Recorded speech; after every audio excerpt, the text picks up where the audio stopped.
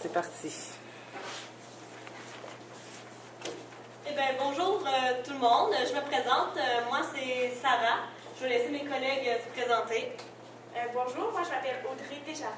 Moi, je m'appelle Sandrine. Moi, c'est Audrey Charette.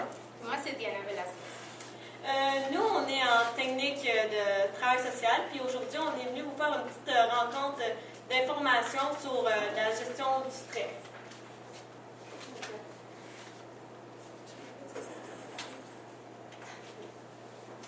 Notre sujet aujourd'hui, comme je viens de le mentionner, c'est la gestion du stress. Puis l'objectif, c'est de vous sensibiliser au stress et comment gérer. Si ça vous tente de vous confier ici, on veut vous assurer que nous, on a appris à bien gérer le stress, puis de ne pas dire, faire preuve de confidentialité. Tout ce que, si vous dites quelque chose ici, va rester ici, puis on vous demanderait de respecter le monde en disant pas de commentaires, ni dire les choses pendant ou en sortant de la classe. Ça prend du courage se confier au monde, donc on vous demanderait de respecter la confidentialité des personnes ici. Pour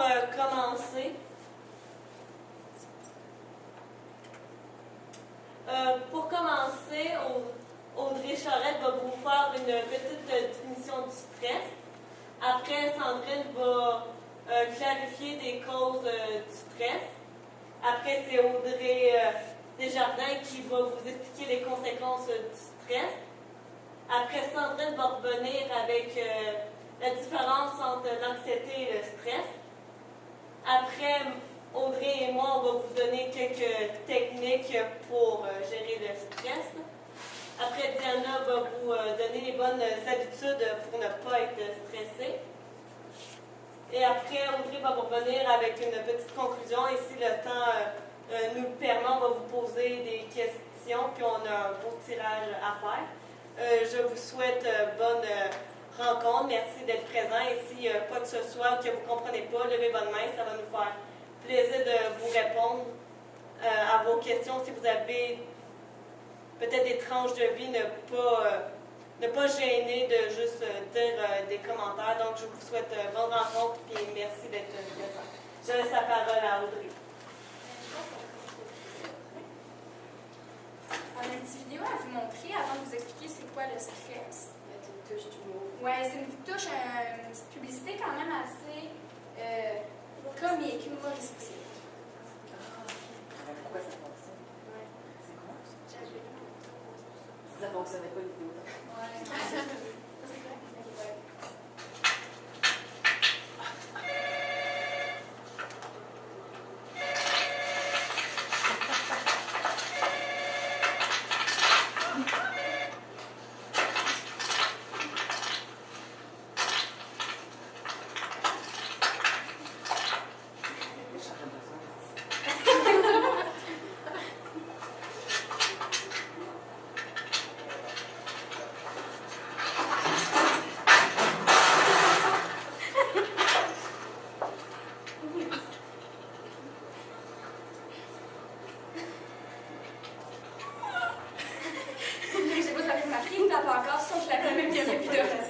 Évidemment, ce n'est pas conseillé de lancer des ordinateurs à vos collègues. Non. OK, ben moi, avant de vous donner la petite stress,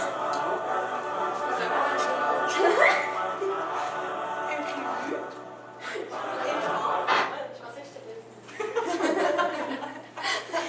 OK. Donc, c'est ça. Avant de vous donner ma définition de stress, j'aimerais ça savoir la vôtre. Si quelqu'un a peut-être une petite idée de ce qu'on a donné comme définition. Mais comme j'ai pas de définition, Ça, c'est un peu c'est juste comme comment tu te sens, genre. Ouais. Je pense, c'est pas, j'ai jamais entendu la définition précise du stress, mais moi je suis quand je suis stressée, je joue. Ben, je vais te donner ma définition du stress. Donc, le stress, c'est une réaction de l'organisme face à une situation épuisante, dangereuse ou angoissante. Par exemple, il y a les accidents, une compétition, des choses comme ça, un examen. Aussi, le stress, ça débute dans le cerveau, puis ça développe des hormones. Ben, ça produit des hormones qui est le cortisol. Et puis, notre corps il essaie tout le temps de s'adapter à les situations stressantes, mais parfois, quand il y a trop d'hormones de stress, c'est là qu'on ressent les conséquences. Et puis, il y a 3 types de réactions face au stress. Il y a fear, foncer et figer. Donc, fear, on ne veut pas faire face à la situation, foncer, on y va quand même, et puis figer, ben, on ne sait pas quoi faire. Il y a 2 sortes de stress. Le stress aigu, qui est quand on sent qu'on n'a pas le contrôle sur une situation.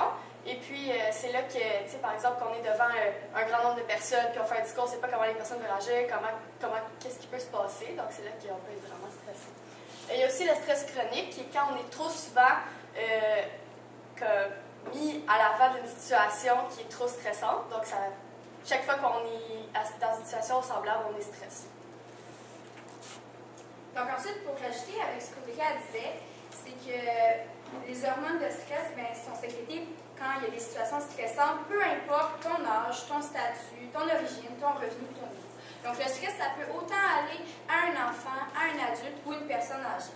Puis les ingrédients du stress, c'est additif. Donc plus il y a d'éléments stressants dans ta vie, plus tu vas être stressé.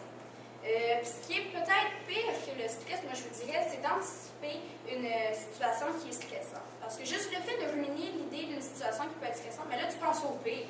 Fait que là tu te dis, oh mon Dieu, mais là qu'est-ce qui va arriver?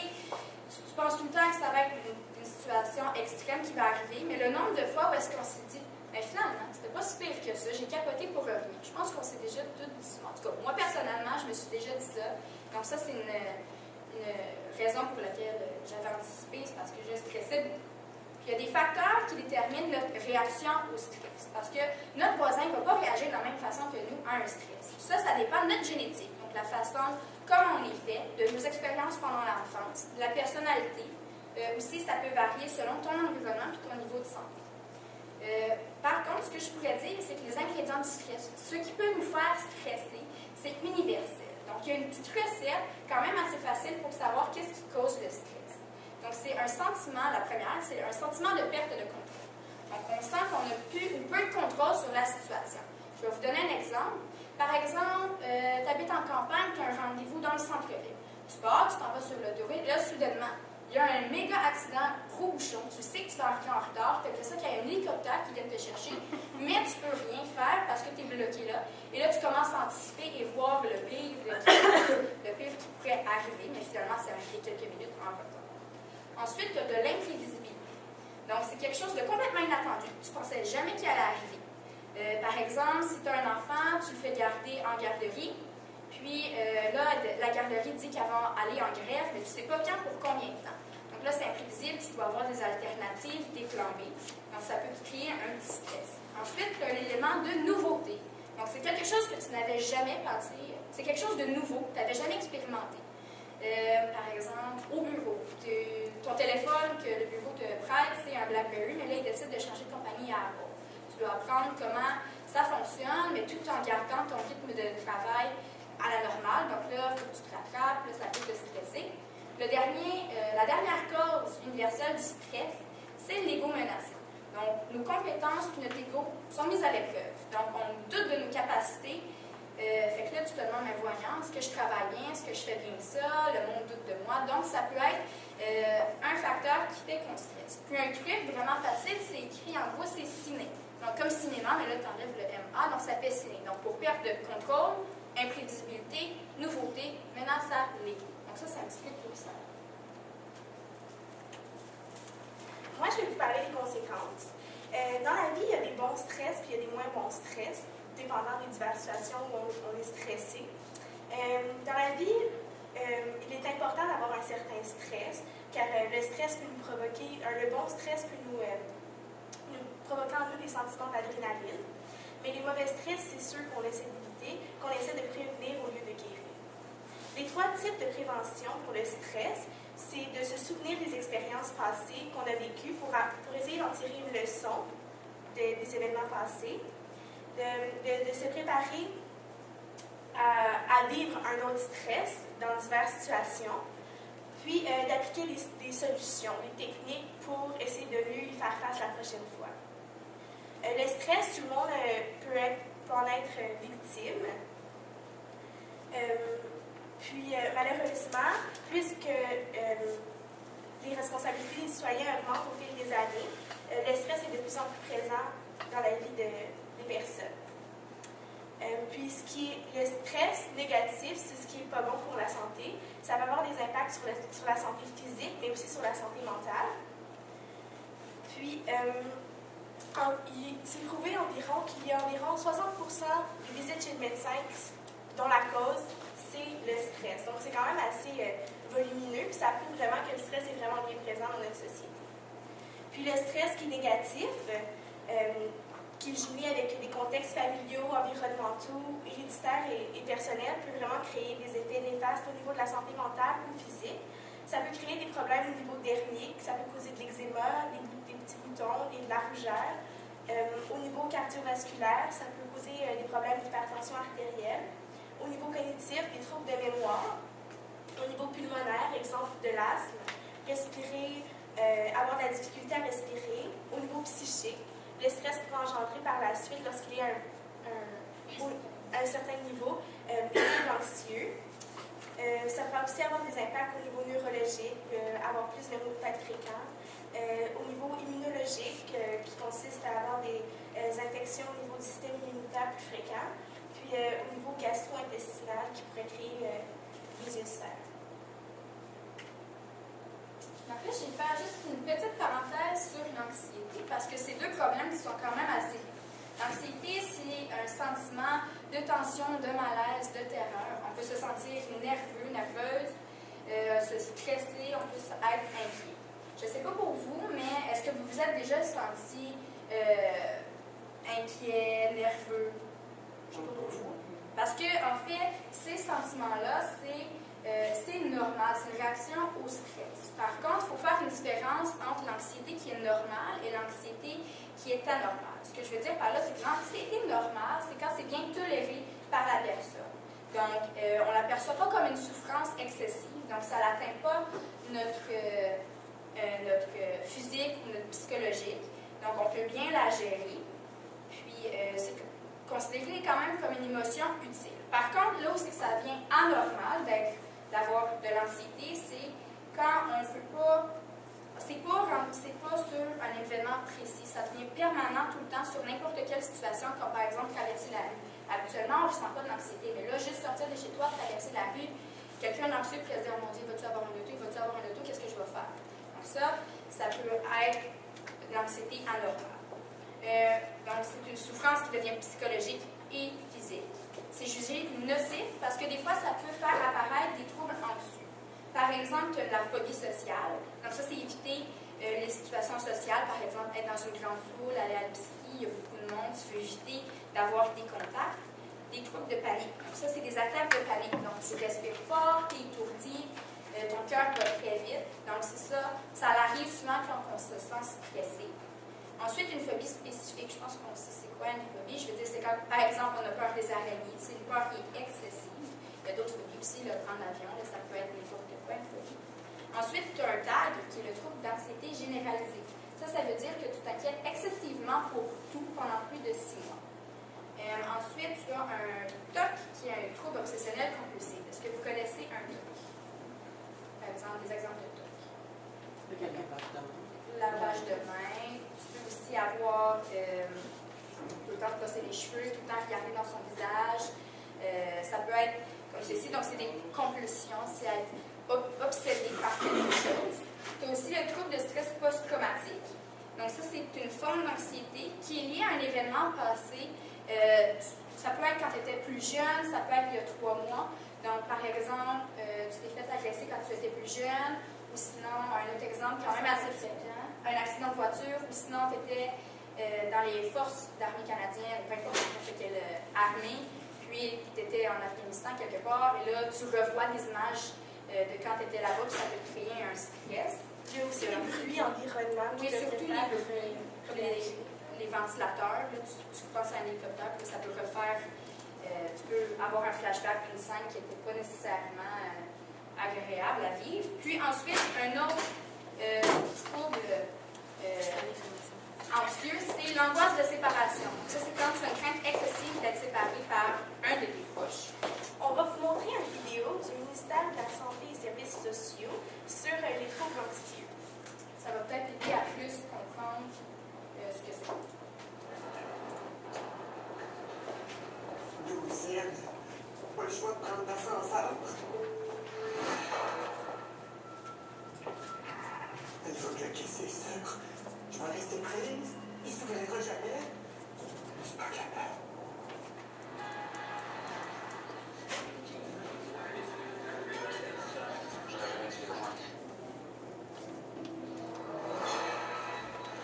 On trouvait plat. Je sens que c'est sûr qu'ils vont me juger. Je suis pas là. Encore.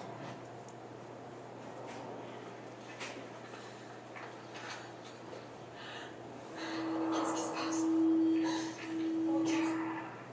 J'ai donc de la misère à respirer. Je vais mourir. Je vais pas mourir ici. Les troubles anxieux, on doit les prendre au sérieux.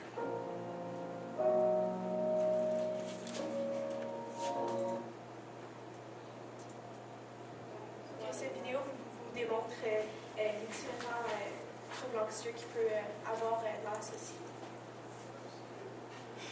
Puis si vous avez un peu remarqué, les personnes qui ont une anxiété puis une phobie, ils le savent qu'ils ont ce problème-là. Souvent, ils veulent combattre et réussir, mais ils n'ont juste pas la capacité. Ils ont le vouloir, mais ils ont quelque chose, un blocage dans leur tête qui ne peuvent pas le faire. Ils ont peut-être un manque de ressources aussi, qui leur manque afin de faire face à leur... ils font déjà face à leurs troubles, mais ils ont besoin d'un coup de main supplémentaire pour aller de l'avant. Donc ça, c'est un cercle vicieux, en fait, de l'anxiété. Donc, tu as une situation stressante, donc là, tu commences à anticiper, voir le pire, tu as des malaises, tu interprètes, ça l'amplifie. Donc là, tu as de la panique, puis ça retourne au début. Puis j'aimais cette petite phrase-là, j'arrête pas de penser puis de réfléchir. Quand j'essaie d'arrêter ces pays, je deviens encore plus nerveuse.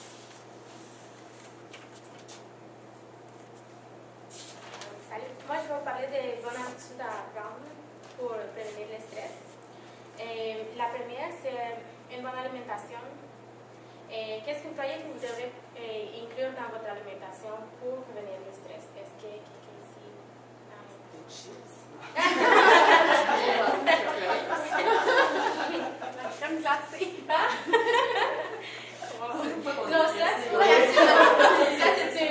en fait, c'est pas conseillé de le faire parce que quand on est stressé puis on prend des aliments comme récompense à le stress, le cerveau il fait comme une connexion. Il dit ah oui, stress, récompense. Donc vous allez avoir plus de stress pour avoir le corps il va produire plus de stress pour avoir des récompenses. Ok.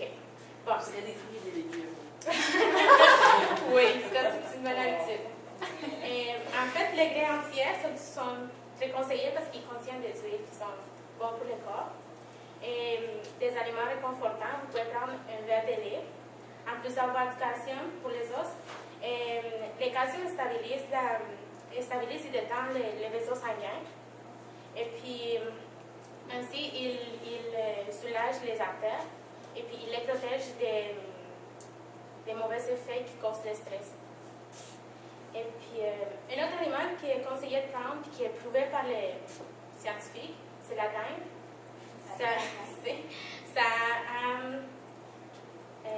Ça aide que le cerveau...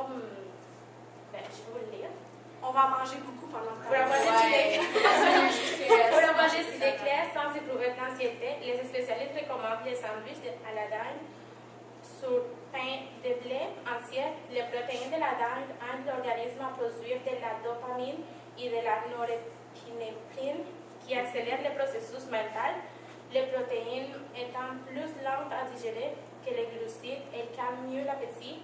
La dinde est riche aussi en tryptophane, un acide aminé qui élève le taux de sérotonine dans le cerveau et stabilise les réflexes.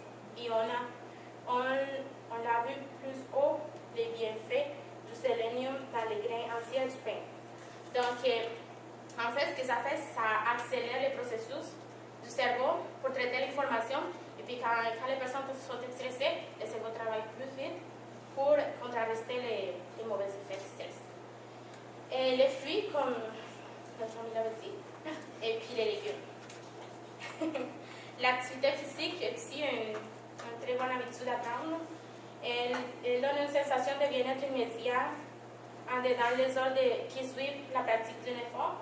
Et puis, elle aide à la réduction du stress, elle vous aide à maintenir les idées claires et vous aide à avoir une meilleure analyse des problèmes. Elle est aussi une bonne pratique parce qu'elle aide à réduire l'agressivité et à avoir un bon sommeil. Et une autre bonne habitude, c'est la relaxation. C'est un moyen d'obtenir un relâchement musculaire et ensuite d'atteindre un détente psychologique. Donc, la relaxation est une bonne pratique avant d'aller dormir. Détente puis dormir bien. Les rires. Les rires est une bonne, est une bonne pratique pour contrarrester les mauvais effets des stress parce qu'en fait, elle est utilisée par les professionnels pour traiter avec les patients agressifs et tout ça. J'en ai 3 exemples pour montrer l'efficacité du rire. Les personnalités qui ont un sens de l'humour actif sont protégées contre l'infarctus du myocarde. Les sujets ayant une maladie cardiaque ont une propension à rire moins importante. Ça a été prouvé par les médecins. Oui. C'est ça. Et puis, les psychiatres ont aussi développé un traitement du rire pour les patients qui sont très agressifs. Et puis, ils ont observé des baisses d'agressivité. Les massages sont aussi une bonne habitude. Et dans les techniques de massage, vous pouvez avoir l'acupuncture, c'est une méthode thérapeutique naturelle millénaire dont l'objectif est de stimuler les flux énergétiques du corps. Et une autre technique de massage, c'est l'acupression. Elle aide à baisser les tensions musculaires et soulager les douleurs physiques secondaires aux effets du stress. Je vous ai 10 bonnes habitudes pour contrarrester les mauvais effets du stress. Vous devez prendre des horaires réguliers de sommeil pour que votre corps soit comme habitué. Oui, c'est ça. Et l'exposition régulière à la lumière, pas trop, mais pas moins non plus. C'est pour ça que les gens ont l'habitude, pendant l'hiver, ils souffrent plus de stress parce qu'il y a moins de lumière. En fait, c'est la peau qui prend la lumière puis la vitamine C, donc c'est ça que les gens manquent beaucoup pendant l'hiver. Et vous devez éviter de faire des siestes pendant la journée parce que le corps il vient un peu décontrôlé puis il ne sait plus quoi suivre. Il faut éviter les drogues et l'alcool pour vous endormir. Cela n'aide pas à vous endormir, par contre, ça maintient le corps plus actif.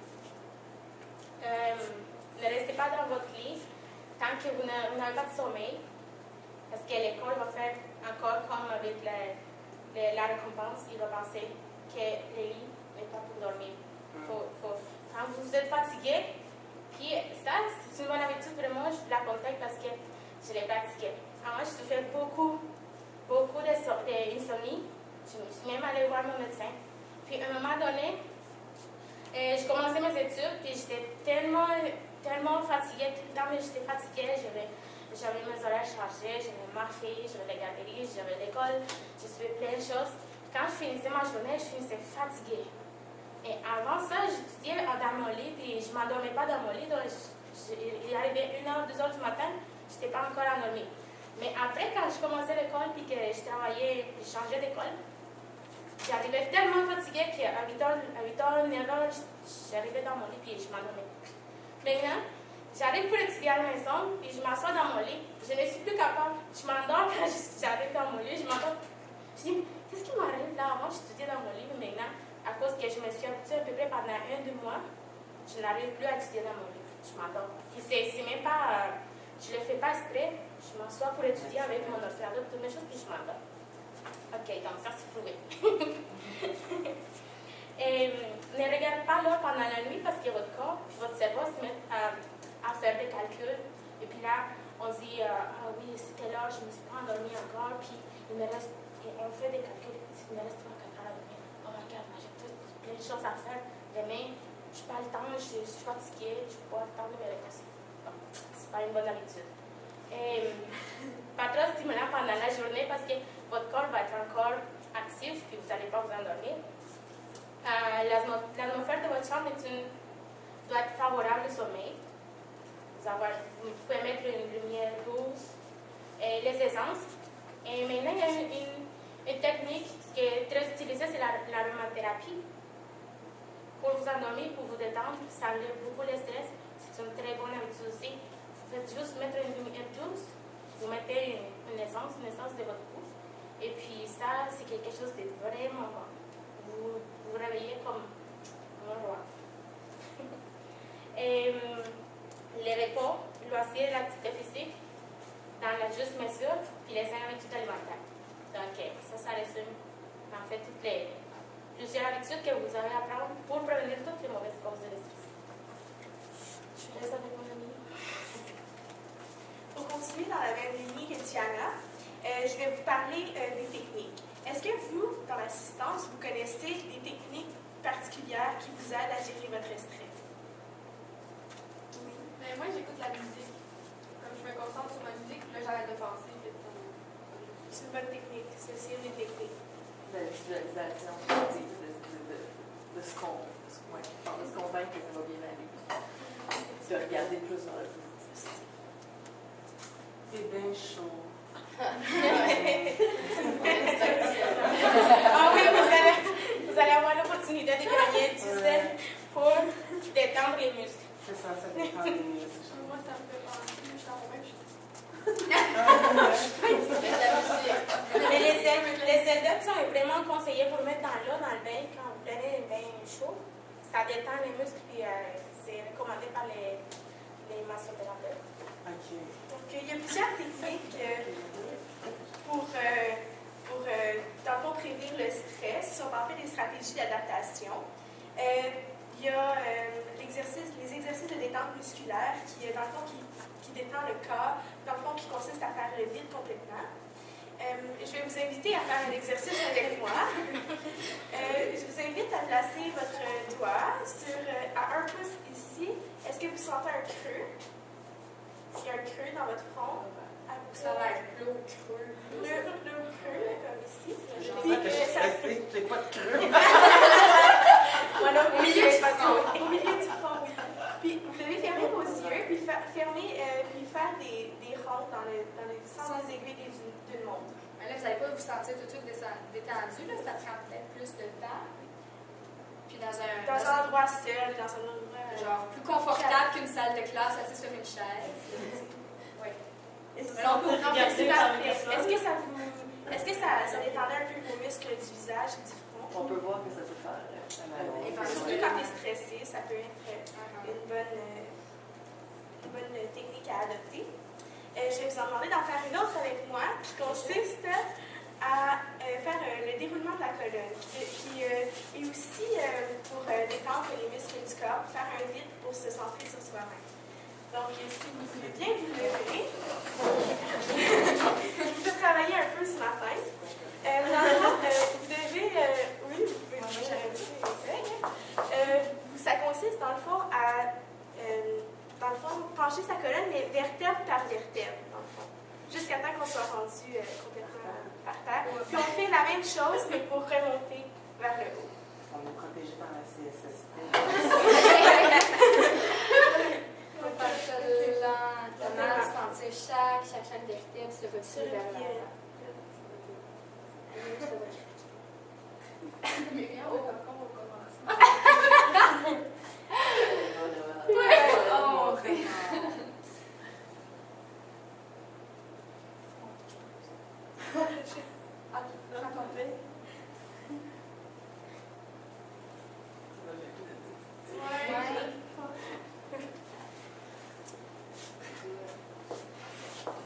Est-ce que ça vous a un peu détendu le corps? Oui, on sent la lourdeur. Oui, on sent la lourdeur. Pour continuer avec les techniques, il y a aussi les exercices de méditation. Afin de bien faire un exercice de méditation, il faut s'assurer d'être seul dans une pièce. Peu importe le temps que vous allouez à cette activité, l'important, c'est d'allouer un temps dans votre journée. Que ce soit 5, 10 ou 15 minutes, c'est pas grave. Il faut aussi s'assurer de tamiser les lumières et d'avoir un endroit confortable où s'asseoir. Ainsi, vous devez oublier les bruits environnants. Donc, puis, se concentrer sur la respiration, puis en ayant les yeux fermés. Puis, si cela vous aide, vous pouvez également faire des bruits tels que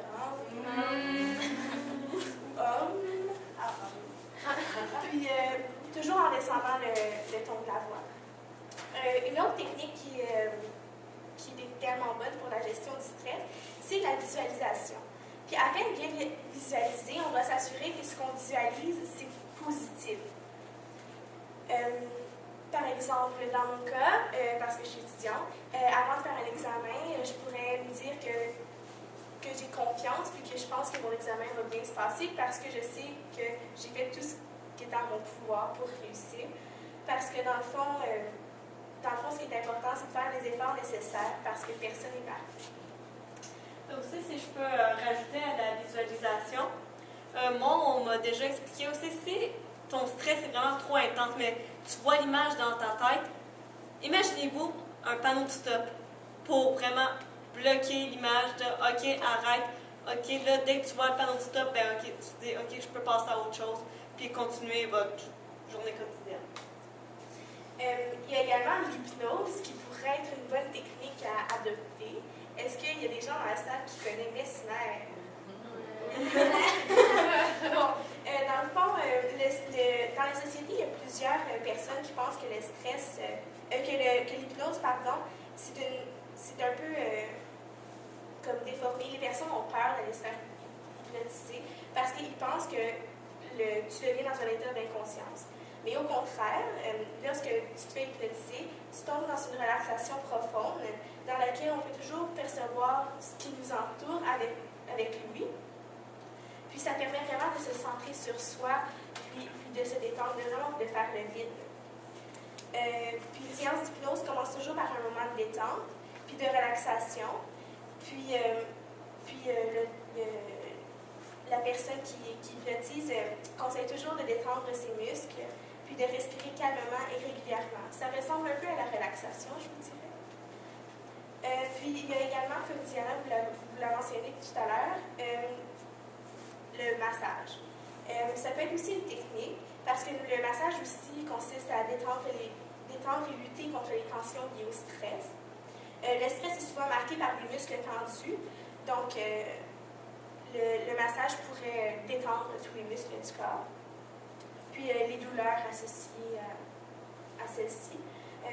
Dans le fond, ça détendrait les muscles du visage, du thorax, du dos. Ça pourrait tout être des techniques. Sarah va continuer avec d'autres.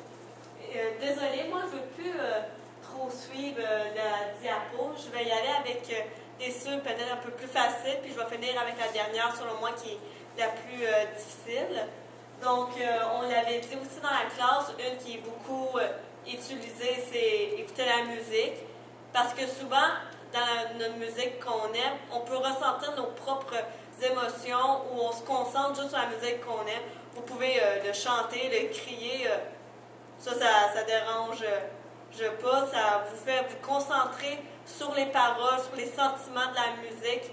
Ça peut vraiment aider à décrocher du stress, peu importe le style de musique que vous aimez, pour mieux que ça vous aide et que vous aimez. C'est une très bonne technique que tout le monde utilise fréquemment. Dans le fond, à travers la musique, tu laisses parler tes sentiments, puis tu laisses comme tu t'ouvres à la musique et tu t'ouvres aux paroles de la musique. Donc, dans le fond, choisir des musiques qui vous détendent, qui vous ressemblent, puis qui vous permettent d'exprimer ce que vous ressentez. Il y a aussi lire surtout la référence sur le stress qui peut peut-être vous aider à vous dire exactement c'est quoi le stress, c'est quoi les causes, les conséquences, voir peut-être dans des grilles qui nous disent où est-ce que vous êtes à peu près dans le stress, des ressources, des techniques, comme par exemple l'intelligence émotionnelle par Daniel Goleman, édition Robert Laffont, et Au-delà des croyances par Richard Thibodeau, édition québécoise. Ou sinon, juste lire un livre que vous aimez, rentrer dans l'histoire, l'imaginer peut très bien aussi faire l'affaire. Comme la musique, pour mieux que vous aimez les livres, ça peut vous aider à décrocher du moment présent et du stress qu'il y a. Il y a aussi la gestion du temps, comme Diana vous a dit que c'est une technique. Si vous gérez bien votre horaire, ça peut vous aider à vous sentir moins stressé. OK, j'ai un temps pour faire mes devoirs, mes travaux, du temps pour faire des activités, toutes sortes de choses. Pour mieux que vous ayez un horaire et que vous êtes capable de le comprendre, ça vous va. Puis aussi, une dernière méthode qui a été beaucoup appréciée et beaucoup suggérée par des psychologues, c'est la méthode Jacobson qui sous-entend que c'est une méthode de relaxation, puis au début, ça permet de vous concentrer sur les tensions que vous avez dans vos muscles, et cette méthode aide à vous détendre vos muscles. Il propose que ce soit dans un endroit seul, isolé. Vous pouvez même, c'est souvent aussi conseillé que ce soit avant de dormir, comme ça, vous avez les yeux fermés dans votre lit, vous faisiez la méthode, puis même si vous vous endormez, c'est pas grave, même que c'est un très bon signe si vous vous endormez avant même de finir la série de 16 muscles pour vous détendre. Au début, la détente peut aller jusqu'à 20-30 minutes, mais au fur et à mesure que vous connaissez les techniques puis vos muscles, ça peut prendre 5, 10, 15 minutes. Le temps aussi que vous êtes stressé peut dépendre aussi du temps que vous avez. Je vous inviterai peut-être à en faire une ou deux des techniques de détente du muscle. Pour commencer aussi, vous pouvez serrer vos poings, fort, fort, fort, de 7 à 10 secondes. 2, 3, 4, 5, 6, 7, 8, 9, 10. Relâchez doucement. Puis prenez des respirations pendant 15 à 20 secondes pour détendre et sentir vos muscles se détendre.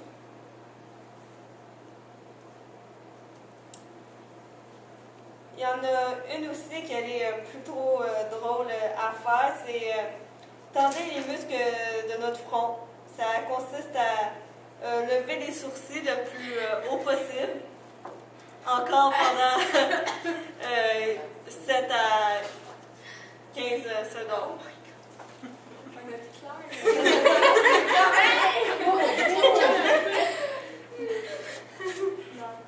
Ça, c'est un relax là, de muscles. Oui, ça fait aussi. Ouais, il y a aussi, là je vais juste les dire, je vous conseille pas de toutes les faire. Il y a les 16 étapes en fait. Au début, c'est de se détendre. Ensuite, c'est serrer les poings. Après, le deuxième, c'est les biceps.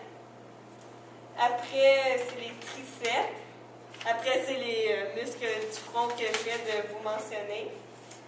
Après, c'est les muscles des paupières qui consistent à fermer les yeux fort, fort, fort. Ça peut causer des mal de tête au début, mais c'est normal. Après, c'est la mâchoire qui consiste à vraiment... C'est ça. Toujours pendant 7 à 10 secondes. Après, c'est les épaules. Après, c'est les muscles des omoplates, la poitrine, l'estomac, tous les bras, les jambes, et ensuite vos orteils, c'est lever et descendre. Tout ça, ça se fait, comme je viens de dire, entre 15 et 30 minutes, dépendamment comment vous êtes stressé, puis aussi la vitesse que vous pouvez le faire. Bon. Dans les ressources, nous avons trouvé plusieurs ressources pour les différentes sortes de stress, le stress du travail. Vous avez une entreprise qui s'appelle Ipsos Santé, c'est un organisme qui se base sur la théorie du bien-être humain pour faire des outils de travail. Donc, des chaises ergonomiques, des vêtements appropriés pour les travailleurs en entreprise, tout ça. Des gants, tout ce qui est protection, tout ce qui est stimule le bien-être des personnes au travail. Il y a Cap Santé aussi, c'est une page internet où est-ce que vous pouvez avoir accès au service des groupes d'entraide, où où vous trouverez entre autres des groupes d'anxiété, de dépression et d'angoisse. Vous pouvez également consulter quand vous êtes pris avec des gens avec les conséquences de stress, vous pouvez aussi consulter une psychologue, une travailleuse sociale. Donc, maintenant qu'on vous a expliqué le stress, l'anxiété, ses causes et ses conséquences, que vous avez de bonnes habitudes et de bonnes techniques pour vos prochains petits stress, grands stress, j'aurais des petites questions à vous poser pour vous gagner une petite balle du sourire, là, pour mettre de la joie dans ce stress. Selon vous, quelle technique vous pensez qui serait la plus utile? Pour vous, personnellement. Laquelle est votre préférée ou pas? Le sport. Le sport. Tu veux quelque chose? Rose.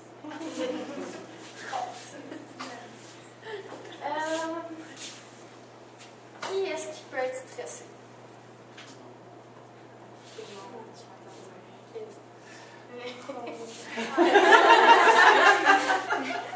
C'est beau. Et puis, tu veux répondre à cette question? Selon toi, c'est quelle la meilleure habitude à avoir pour gérer son stress? L'alimentation. La rouge. Il y a depuis tout ça. Là, on a un petit cadeau à faire. Oui.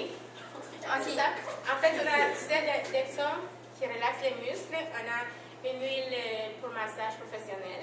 Et puis, on a une balle esthétique détressante. C'est la même marque que vous avez, mais elle est vraiment Comme meilleure que c'est celle-là. esthétique. Si vous perdez cette c'est pas grave.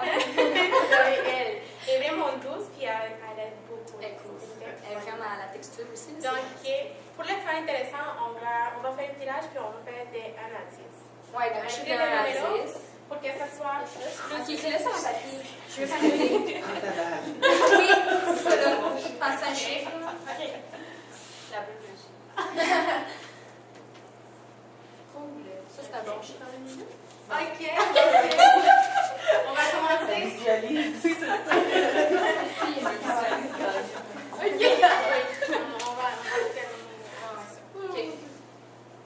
Ok, on commence. 7. Ensuite. 5. Ensuite. 4. Ah, c'est vraiment juste. Ouais. Bravo! Voilà, c'est parfait.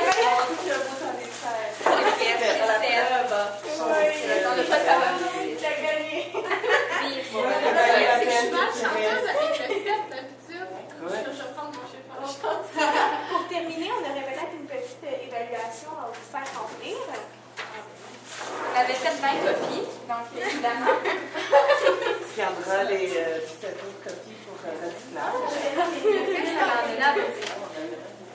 Voilà.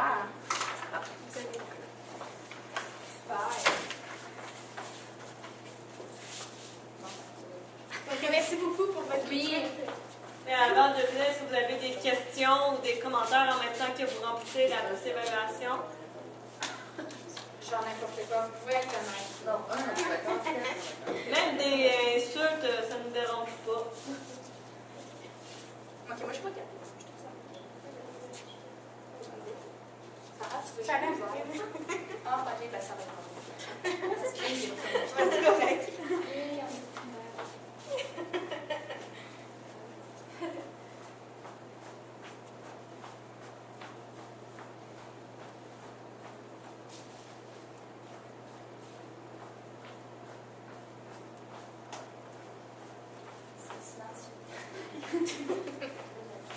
Ouais, je pense que je vais donner. C'est pas grave.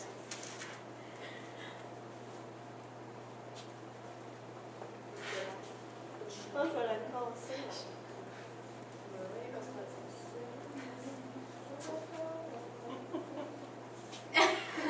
Je te la rate. Mais comme j'ai dit, chanter, tu peux même chanter la musique, ça.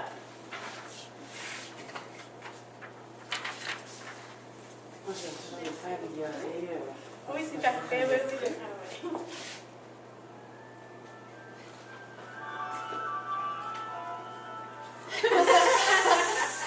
Musique de la ça malade.